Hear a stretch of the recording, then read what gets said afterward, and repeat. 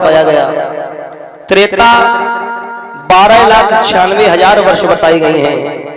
द्वापर 8,64,000 वर्ष बताई गई है। और ये कलयुग 4,32,000 उम्र है। हर एक युग में 4-4 चरण हुए हैं। कलयुग की उम्र 4,32,000 है और जिसमें 4 चरण हैं। 1,08,000 का एक चरण है महाराज, और ये पहला चरण ही चल रहा है। जब इस प्रकार के चारों युग बीतते हैं तब एक कल्प होता है, तब ब्रह्मा जी की एक दिन होता है, एक रात होती है। और महाराज जब कई कल्प बीतते हैं तब कहीं भगवान भूतनाथ का एक दिन होता है। तो भूतनाथ कह रहे हैं कि हमने अपने नजर से 5 साल दिए थे, अब भगवान के 5 साल भूतनाथ के कई बार सतयुग द्वापर त्रेता जाएगा, तब कल्प आएगा, तब मनमंत्र चलेगा, तब कहीं जाकर के भूतनाथ का एक दिन होगा। 5 साल है तो बहुत हो गई। तो उस बालक को फिर आज भगवान की भक्ति और संतों की वजह से जीवन दान मिल गया। कथा का कहने का तात्पर्य है जो हमें बुजुर्गों के बीच में और संतों के बीच में बैठ कर मिलेगा वो कहीं मिलने वाला नहीं है। संतों का आशीर्वाद ही काफी है।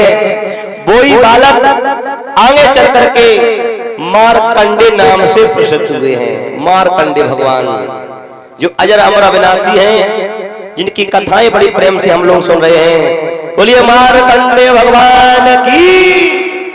कहने का मतलब माता यही है, तुम्हारे द्वार पर अगर कोई संत आ जाए तो संतों की सेवा जरूर करो। कहते नहीं है दवा से ज्यादा कबो कबो दुआ काम कर जाते हैं। तो आओ हमारे इस भारत देश में कुंदनपुर नाम की राजधानी है, जहाँ के महाराज भीष्मक राज्य कर रहे हैं और जिनके आंगन में 5 बेटा है, 5 और बिटिया 1 है। माताओं महाराज भीष्मक के आंगन में रुकुम, रुकमंगल, रुकमेश, रुकमबाहु और रुकुम रथ, ये 5 बेटा है, लेकिन बिटिया 1 है।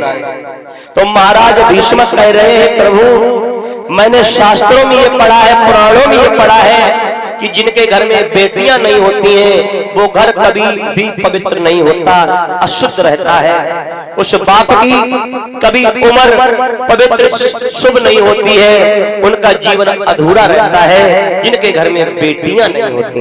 लगाओ अंदाज कि बेटी का होना कितना जरूरी है। भीष्मक कह रहे हैं महाराज मैंने पुराणों में ये भी पढ़ा है कि जो माता पिता अपने आंगन में बैठ के कन्यादान नहीं लेते हैं उनका जीवन अधूरा रहता है। क्या विधाता मैं कहने को तो राजा हूँ लेकिन मेरे घर में कोई बिटिया ना है, एक बिटिया दे दे।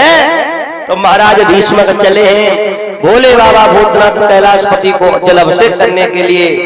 ये बात बहुत दूर की ना है, तुम्हारे पड़ोस की है।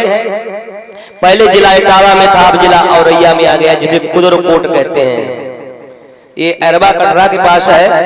मुझे सौभाग्य मिला, मैं वहां गया था देखने के लिए। तो बड़ा सुंदर मंदिर बना है